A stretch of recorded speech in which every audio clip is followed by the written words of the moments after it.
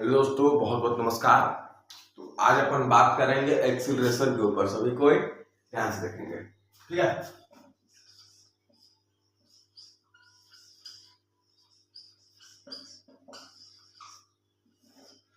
ठीक है, एक्सीलरेशन। सबसे पहले आप लोग को मैं ये बता दूं कि एक्सीलरेशन मोशन को रिप्रेजेंट नहीं करता, ठीक ना। Acceleration does not represent the motion. Okay, ठीक है। मोशन क्या चीज है? मोशन जो है, मोशन क्या है? मोशन रिप्रेजेंट करता है हाउ फास्ट, कितना रफ्तार, ठीक है ना। मोशन जो है, मोशन आपका हाउ फास्ट को बताता है, ठीक ना। और ये वेलोसिटी रिप्रेजेंट्स दी वेलोसिटी, ठीक है।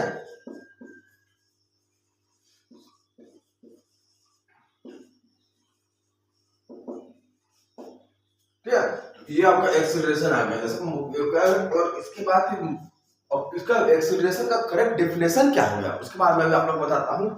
एक्सीलरेशन करेक्ट डेफिनेशन हो गया रेट ऑफ चेंज ऑफ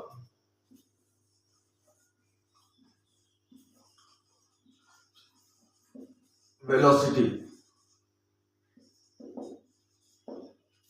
ठीक है। तो एक्सीलरेशन का हो कि एक्सीलरेशन सबसे पहली बात है कि तो अपने को मोशन को रिप्रेजेंट करता ही नहीं है। दूसरे में क्या है, मोशन। मोशन किसको करते हैं? जो वेलोसिटी, जो रफ्तार को जो बताता है ना, उसको कहा जाता है मोशन, ठीक है। और इसका डेफिनेशन वही rate of change of velocity is called acceleration, ठीक है। इसका फार्मूला क्या आ जाएगा? वही नॉर्मल सब फार्मूला आप लोग बताया था, एवरेज वाला। Acceleration average is equal to delta v by delta t, nothing but v final minus v initial divided by changing time. कितना से कितना है बस वही इसका आ गया आपका एक्सेलरेशन, ठीक है। तो फिर इसको आप देख करके समझ लीजिएगा, मैं इसको रफ कर दे रहा हूं, ठीक है। तो इसके बारे में फिर कुछ और बात करेंगे एक्सेलरेशन के बारे में।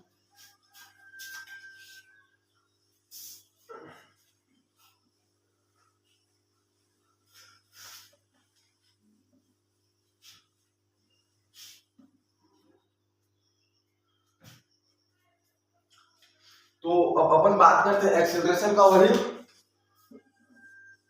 In time T and time T, in time T, ठीक है। एवरेज, जिसको इन, जहां इन लिखा है वहां का मतलब हो गया आपका average,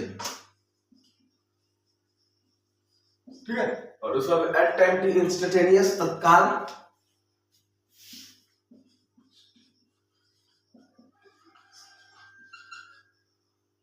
at time T.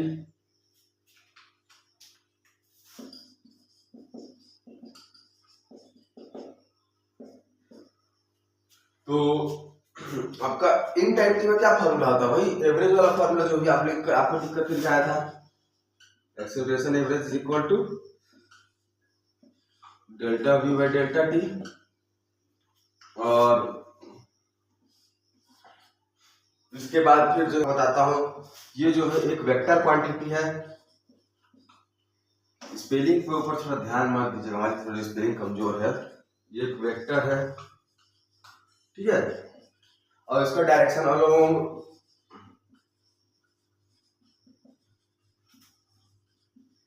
Change in velocity,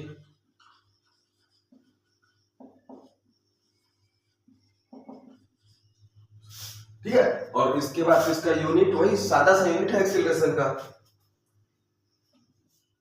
metre पर सेकेंड स्क्वायर। और ये आ गया आपका एवरेज का कहानी है, पूरा एवरेज का कहानी है।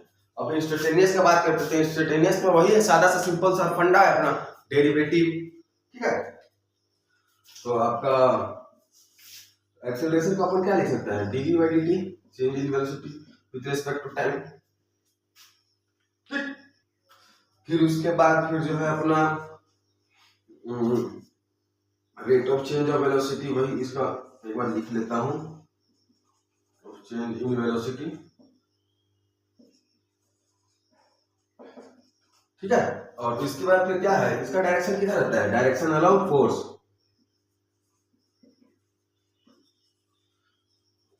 फोर्स, ठीक। और इसके बाद फिर जो है इसका वही सेम यूनिट है एक्सीलरेशन या सेम यूनिट मीटर पर सेकेंड स्क्वायर, ठीक है।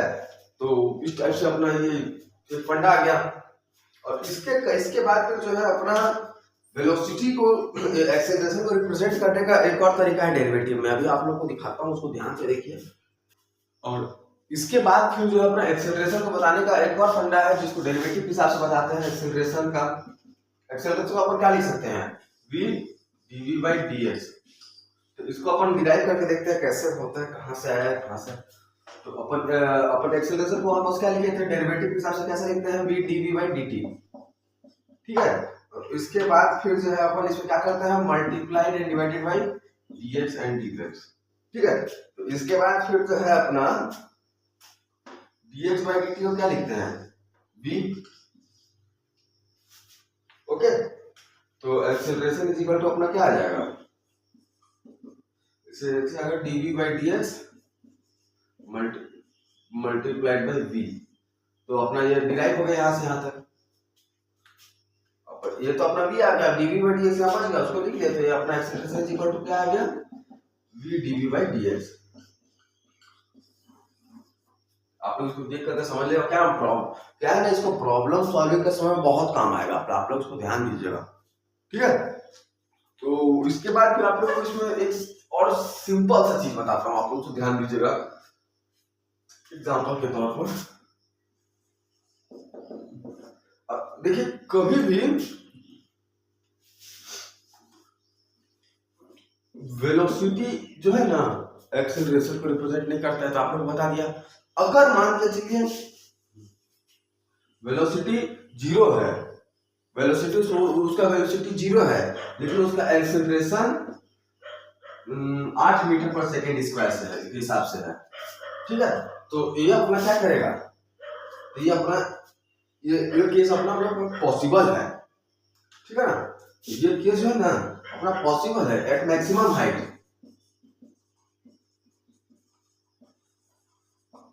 मोशन अंडर ग्रेविटी में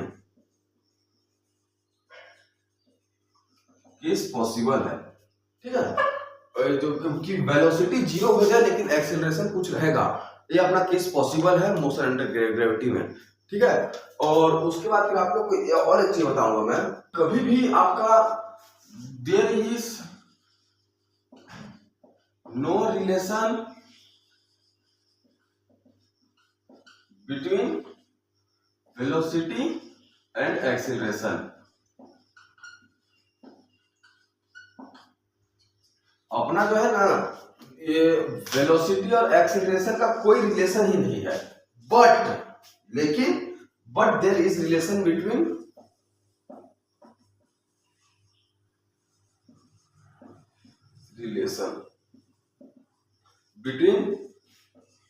change in velocity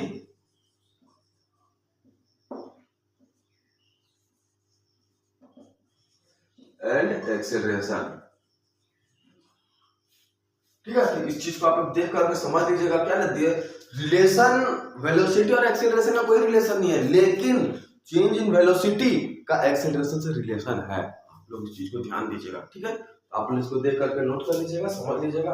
maximum height में भी ये समझा दिया कि वेलोसिटी जीरो हो उसका मतलब ये नहीं है कि एक्सेलरेशन भी जीरो होना चाहिए, ऐसा नहीं है, ठीक है। तो इस चीज को आप लोग देख करके नोट कर लीजिएगा और समझ लीजिएगा, ठीक है। बहुत बहुत धन्यवाद।